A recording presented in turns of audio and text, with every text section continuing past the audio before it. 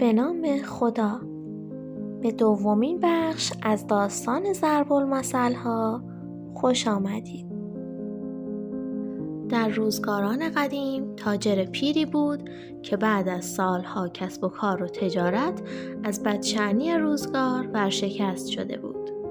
هرچه می خرید ارزان می شد، هرچه می فروخت گران می شد.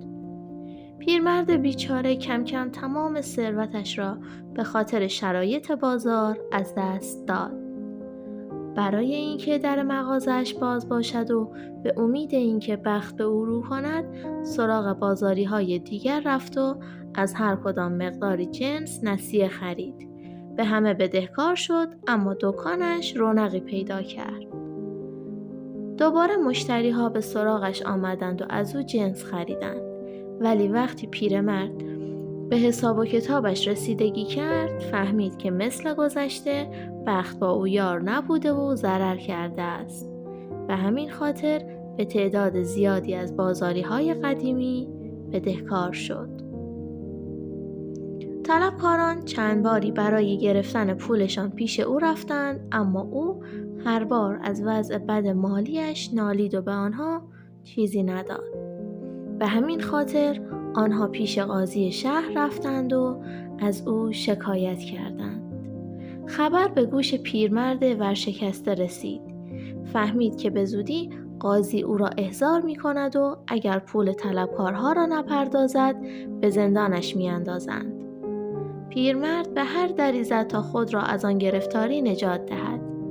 بالاخره گذر او به در خانه یکی از طلبکارهایش افتاد که کمتر از بقیه به دنبال گرفتن طلبش می آمد. پیرمرد بیچاره از سیر تا پیاز خرید و فروش و ضرر و زیان و گرفتاری هایش را برای او تعریف کرد و گفت حالا درمانده شده‌ام و نمیدانم چه کنم. طلبکار فکری کرد و گفت راهی به تو یاد می دهم که دل قاضی برای تو بسوزد و تو را به زندان نیندازد و بقیه طلبکارها هم دست از سرت بردارند. اما یاد دادن این راه شرطی دارد. پیرمرد ورشکسته با خوشحالی فوری گفت راه حل مشکلاتم را بگو. هر شرطی داشته باشی قبول می کنم. طلبکار گفت تو به فکر نجات خودت هستی، اما من هم به این فکرم که پولی را که از تو طلب دارم بگیرم. با دیگران هم کاری ندارم. شرط من این است که بعد از نجات از دست طلبکارهای دیگر مبلغی را که از تو میخواهم بدون کم و کسر یک جا به من بپردازی. پیرمرد ورشکسته قبول کرد. طلبکار گفت وقتی رفتی پیش قاضی هر چه به تو گفتن تو فقط بگو بله. اگر طلبکارهایت به تو ناسزا هم گفتن تو فقط به آنها بگو بله. قاضی هم هر سوالی از تو کرد جوابی جز بله به او نده. بازرگان ورشکسته قبول کرد. طلبکار یک بار دیگر شرطش را یادآوری کرد و گفت اگر در این محاکمه محکومت نکردند و دست از سرت برداشتند یادت باشد که باید تمام مبلغی را که از تو طلبکارم یک جا به من پس بدهی. چند روز بعد قاضی دستور داد که پیرمرد ورشکسته را به حضورش بیاورند. طلبکارها هم آمده بودند. قاضی به پیرمرد گفت قبول داری که به این آدم‌ها بدهکاری؟ پیرمرد گفت بله. قاضی گفت پس چرا بدهکاریت را نمی‌دهی؟ پیرمرد گفت بله. قاضی گفت آن همه پول و اجناسی را که از این همکارانت گرفته ای چه کرده ای؟ پیرمرد گفت بله. قاضی عصبانی شد و گفت بله و زهر مار، چرا جواب سوالهایم را نمی دهی؟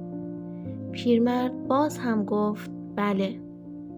یکی از طلبکارها با صدای بلند گفت پول ما را می دهی یا نه؟ پیرمرد گفت بله. طلبکاری دیگر گفت قصد داری همه پولها را بالا بکشی؟ پیرمرد گفت بله. طلبکاری دیگر در انتهای جمع گفت بله و بلا، این چه طرز حرف زدن است؟ پیرمرد گفت بله. قاضی که شاهد ماجرا بود طلبکارها را ساکت کرد و گفت این بیچاره دیوانه شده است. فشار گرفتاری و فرار همیشگی از دست طلبکارها دیوانه اش کرده. آدم دیوانه را هم که نمی شود محاکمه کرد یا به زندان انداخت.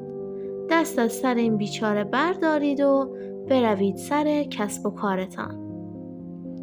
طلبکارها دست از پا درازتر از پیش قاضی برگشتند. بازرگان ورشکسته هم بله بله گویان از دادگاه خارج شد. خیلی خوشحال بود. از این بهتر نمیشد.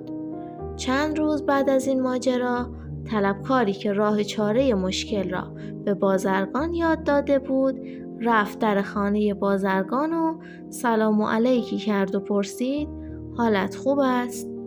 پیرمرد گفت بله. طلبکار گفت دیدی که نقشه من گرفت و نجات پیدا کردی؟ پیرمرد گفت بله. طلبکار گفت خب حالا وقت آن شده که به قولی که داده‌ای وفا کنی و تمام پولی را که به من بدهکاری بپردازی. پیرمرد گفت بله. طلبکار گفت کی پول مرا میدهی؟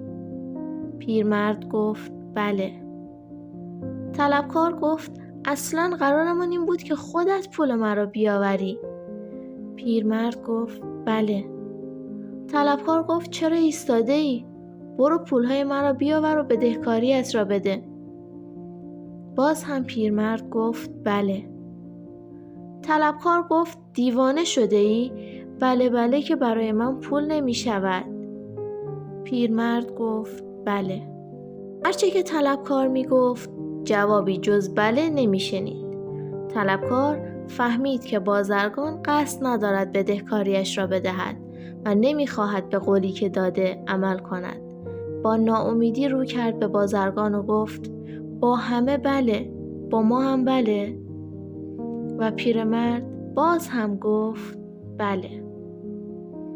از آن زمان هنگامی که کسی به او محبت زیادی شده باشد اما او احترام محبت کننده را نگه ندارد و حق ناشناسی کند میگویند با همه بله، با ما هم بله.